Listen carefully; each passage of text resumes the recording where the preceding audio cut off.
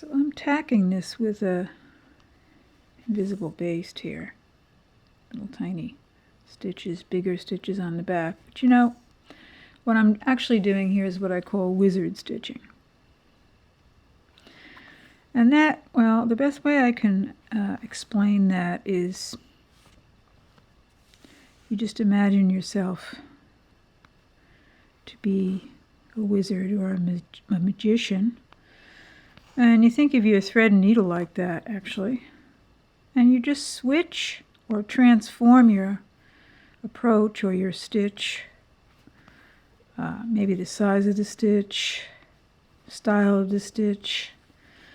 You just transform as you go, depending on what you need. So you can kind of appear and disappear at will.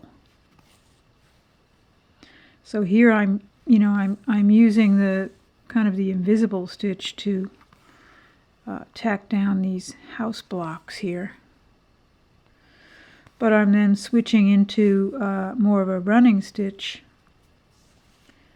in this area here, just to give it some substance. And then when I'm getting to the edge of these things here, I'm actually switching into a tiny back stitch so I can kind of catch that raw edge and give it a little stability.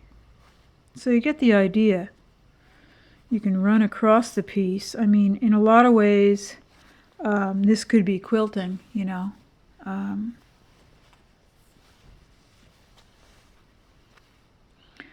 But I do this a lot. I mean, you could even put your needle in here and run along between the layers. That was my phone dinging. And disappear for a long time before you come up somewhere else.